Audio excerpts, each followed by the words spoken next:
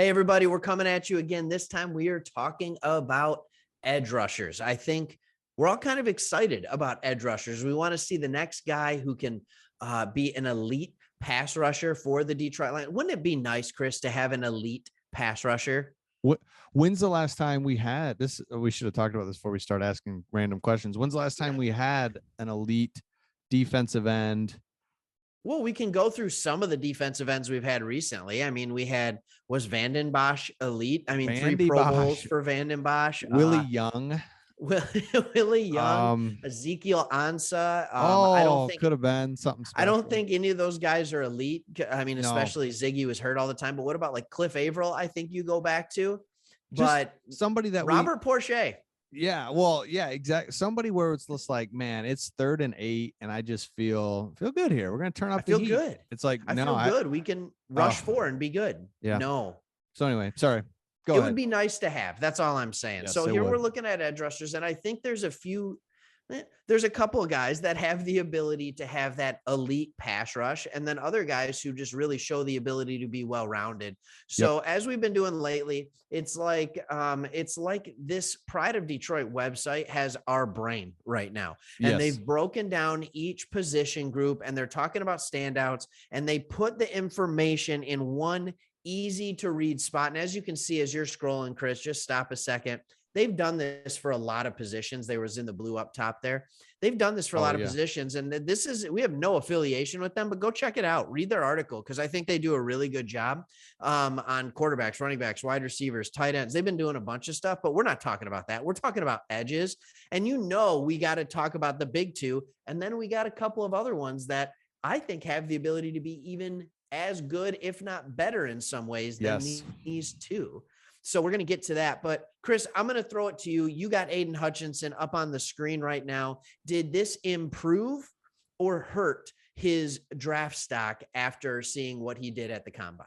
Well, Aidan Hutchinson right on par for just him as a whole, his whole draft stock, where 40's not great, but hey, not bad. I mean, like right up there. Didn't just absolutely come out with his athleticism and wow us, but at the same time had these sprinkles in there where you're like, that's not bad. So like they put in here, he was first in the 3-cone and short shuttle, but he had the 3rd best 3-cone and 2nd best short shuttle amongst all players, which is nuts to me at his size, almost 6'7". So you're just like, what? Okay. And the argument, if you're the Lions, you feel very good about your defensive coordinator, Aaron Glenn. You feel good about how you can coach guys up. So that's why I always kind of think with Hutchinson, and you can make the same argument for Thibodeaux is, hey, Hutchinson, maybe he's not tapped out. We can get more out of him because we know we're going to get the work ethic. We know he's smart. Then they got to be thinking that's all we need. We can get more out of you. So I'm just kind of go back to, I wouldn't hate drafting him. I really wouldn't, but at the same time, I'm not like in love with him, because what he really did in college and it was really incredible, but it's just not like I have to have him at this point. And in his combine really reflects that, where, oh man, it didn't just jump out, but it wasn't too bad. But it wasn't bad. And I heard a comp with Hutchinson, and we talked about him earlier in this video. One of the comps I heard to Hutchinson was Vanden Bosch. And I was just like, do I want my number 2 pick to be Vanden Bosch? Remember the red contacts that he wore, trying to, I don't know, look like a wolf or something. Anyways, like I didn't, it is what it is. I thought it was funny. But here's the thing. His 40 doesn't matter that much. It's that first 10-yard split. And that was fast. That was really good. He's quick. And then there was the 2 things that I already said were a knock on him that were still a knock. He has short arms, which isn't a big deal, but it's also a big deal. Like, it's not a big deal in boxing, but it's a big deal. That's right. So like if the offensive lineman has his hands on you and you can't reach him, it's a big deal.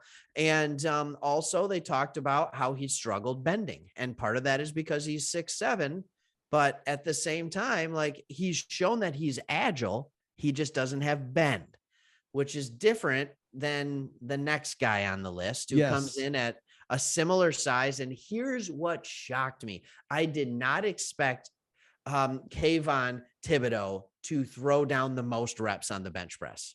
Mm-hmm. That was a shocker. He was fast, just like we thought he would be. But then he didn't do himself any favors because he said something along the lines of, well, there was a long time in between drills, so he just didn't do the rest of them. I'll do them on my pro day. What is that? What do you have to make of that? Are you going to get on this train of he's lazy, or is there something more to it, you think? Well, yeah, again, he's right, spot on with his whole draft aura of just I'm explosive, I'm here, but do I really get it? They're just, there's just those little things where it's like, but what else do you not get? It just does not a good look, and he makes you nervous, but then like you said, he can just boom, 27 reps on the bench press. You never know. So I am still good with him. I like him over Hutchinson. Just at the end of the day, I think with Dan Campbell, I think the locker room, I just feel good about our, just the overall culture of our team to keep him in line. If there was a problem, maybe there never would be, but he gives off the thought that if he does do something, it's like, see, I knew it. Because like he's given us some warning signs, but I don't think it's enough at this point to do anything with. I wouldn't call them red flags, but at least it's like, hey, I mean, it's a little wavy, I mean, I think that's there. And then we've got this guy, Trayvon Walker out of Georgia. Tell me if you've heard this before, an athletic freak out of Georgia, right? 6'5", 272, bigger than Hutch, bigger than Thibodeaux. And he outperformed, in my opinion, both of them in this thing. Like, nobody 6'5", 272 should be throwing down a 4.5 in the 40-yard dash. That's insane. What is that? How is that possible? Yeah. And so this is interesting because it's almost a blend of the Hutch and Thibodeaux, where you get the size of Hutchinson, you get the explosiveness of Thibodeaux. Yeah, exactly. And so, boy, a draft. I don't know if it's because we've been doing this channel and we're really watching things more than ever, but I think it's that, and a combination of this draft is very unique because there's not those top blue chips, there's not that top QB. So if we took Walker, I'm good, or whatever. Like, you don't know. I'm so fascinated to see what's going to happen. I am good with him. So I am no on Hutch, good on Thibodeaux, good on Walker. If I had to just really break it all down, how about you? Good or no? Yeah. I think his film doesn't show that athleticism. It's really, really weird. And I saw him like getting stuck on blocks, and I couldn't decide as I was watching it. And I've only watched 5 minutes of film, but like, I couldn't tell if he was being stuck on blocks because that's the role they had him playing, or he just wasn't. I mean, it didn't look like he was going after the passer. Sometimes they'd run stunts and he would get home. So I just question, maybe he doesn't have great hand techniques, and things like that. And disengaging off blocks, but it's all there. Like the size, the speed, like all of it tells me it's there. Watching this guy at 270 plus pounds drop into coverage was just a beautiful thing to watch. If you can scroll down a little bit, I think they have that RAS score down there. And look at that bad boy. It's almost a 10. Like, I think it's unbelievable. He's the perfect athlete. So his size is different. And so I think with that size and that speed already built onto that frame, the upside here is crazy. And they're talking about, does this make him in play at number 2 for the Lions after this already? We're going to have to do a deeper dive to discuss if he's in play at 2. Otherwise, what's the point? We're not going to be in a position to draft him. But if you move back a little bit in a trade back and get him at 6, okay, I'll take it. So that's really the thing I'm come to realize. Any trade back, I don't care how far back you go, just go, because there's so many good players in this. I was just thinking Trayvon Walker, that size, that speed. Think just like 4 months ago, he's playing JJ McCarthy, who's like 18, running for his life, while just the Georgia defense. I mean, talk about just grown men. I was watching a play in the highlights where Vistardis, the center for Michigan, comes around, he snaps and he's pulling to block. He's pulling to block Walker, and Walker hits him so hard that he almost falls over and ends up getting a tackle for loss on the play. And it's just like, he just blew up the play by standing there. Like, it was just a different level athlete. And he is one of those guys, and they have an interior lineman that does the same. And I'm sure we'll do a video breaking that down too. Yes. Especially if we're playing a 4-3, we're going to need another interior lineman. Yeah. So like, I think this is crazy. And he ran fast too. Sorry. He ran outstanding. Jordan Davis. Yeah. He ran like a 4.58. Like, it just, what's happening? Like, and he's 300 plus 40 pounds or something. 500 ridiculous. Pounds. Yeah. Man. This is how legends are made and exaggerated right here on Sports Talk Detroit. 500-pound D tackle runs a 4.5 40. Yeah. He's only coming to Detroit. He doesn't want to go anywhere else. It's just his dream. But here's the thing that I think's crazy. So Trayvon Walker runs these just crazy times. And you have a guy just below under quick thoughts, David Ojabo, right?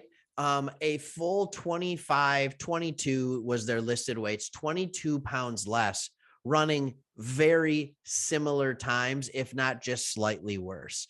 And people are talking about Ojabo as like, this guy in 2 years could be an elite pass rusher and could be the best pass rusher in this draft. They're not saying right now, because he's a little newer to the game than the other guys, but they're saying he could be absolutely elite and has great bend around the edge. So that's good to hear too. I mean, he seems like he'd be a good player. I just don't know if I'm not there yet. And he's not going to be there at 32. He's not worthy at 2. So I don't know. I don't know if we need to spend a ton of time. Exactly. I just kind of guess, because like you said, because he's kind of local guy, is Ojabo is I've never absolutely can rush the passer, but if he's in the game, I'm running right at him all day. So then it wouldn't take long for him to be off the field and only come in, third and 8 and plus. So Ojabo's not one. And then there's a couple other guys that we'll definitely do a deep dive on as we keep looking. But man, those top 2 DNs, top 3 now. But I think it's a big 3 now. I really do. And we'll look at Walker. I mean, those numbers are just too good to not look at. And like you said, Craig, it's not like he jumped out all year. I mean, he was part of that great Georgia defense. So who knows? Because like, probably everybody's, they're blowing up in the backfield before any play can develop. And I don't know, weird stuff just because they're so good. Well, they are, and they do run a little bit different scheme there. You don't have 3 to 4 linebackers that are all projected to go in the first and second round if you don't have a linebacker friendly scheme on defense as well. So I know a lot of times, when you have a guy that big on the end, his job is literally going to be take up blockers. And it's just, and that's okay. I mean, he did his job very, very well. But unless you have anything else, I think that's it for this video. If you watch this long, you should hit that subscribe button if you like what we're talking about. Throw us a comment. Are we off base? Are we right? Are we missing something on one of these edge guys? Or is there somebody else we need to do a deep dive on? What do you want to see? We're here. We'll throw the content out for you. But hey, we'll be coming out with more. It is draft season, so another one is coming at you soon. See ya.